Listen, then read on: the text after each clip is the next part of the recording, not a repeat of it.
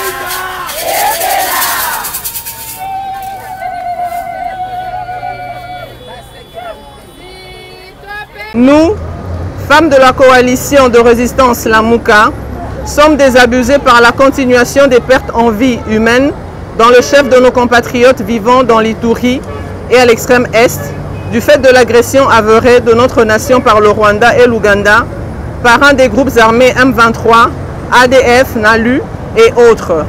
Toutes ces milices entretenant l'insécurité et le chaos propice au pillage organisé de nos ressources naturelles. Désabusés, nous le sommes davantage, car ce climat infernal entretenu à dessein depuis plus de 2 décennies place la femme au centre d'atrocités sans précédent. La résidente de l'Ituri, la femme vivant à l'extrême, est en effet tragiquement devenue la cible de choix pour faire passer le message de terreur à nos autres compatriotes. Chères Congolaises, chères femmes, ne faiblissons pas, ne désespérons pas. Au contraire, soutenons celles qui à côté de nous tombent et sont à la traîne. Prenons-nous la main, faisons front commun. Et avec la bonne inspiration de la vaillante et visionnaire Kimpavita, notre Aël, demeurons debout et apportons notre énergie, notre force et toutes nos ressources à la défense de nos terres et de notre intégrité nationale. Cette déclaration est donc un appel lancé à l'ensemble des femmes de toutes les sphères et dimensions possibles. Condamnons premièrement le silence complice, voire coupable, de la communauté internationale, l'Occident en particulier. Condamnons les propos expansionnistes à l'unisson de Paul Kagame ainsi que la tuerie infernale du bourbier de l'Est. Condamnons le laxisme évident de l'exécutif congolais face au drame de l'Est. De par l'histoire, les exemples de femmes ayant eu à faire avancer les choses et résoudre de crises dans leur nation sont légion. Alors, femmes, plus question de rester en marge de la conception des actions prises pour l'intérêt suprême de la nation. Considérons donc que cette situation n'a fait que trop durer et qu'elle soit impérativement à présent cessée. De ceux qui précèdent, nous, femmes de la coalition Lamuka, réitérons fermement les idées salvatrices de l'initiateur de Nouvel Élan, le Premier ministre honoraire, notre leader Adolphe Mozitu, pour la restauration d'une paix durable dans la partie est du pays, à savoir les 10 recommandations pour gagner la guerre dans l'Est, la construction d'un mur de séparation avec les pays agresseurs de la RDC, notamment Rwanda et Ouganda, la titrisation des terres au profit des communautés locales. À cet effet, nous invitons toutes les femmes congolaises vivant à Kinshasa, de toutes tendances confondues, à répondre présent au sit-in convoqué par les femmes de Lamuka le vendredi 5 mai 2023 devant l'ambassade de l'Union européenne pour le dépôt de notre mémo. Que vive la coalition politique de résistance Lamuka, que vive la République démocratique du Congo.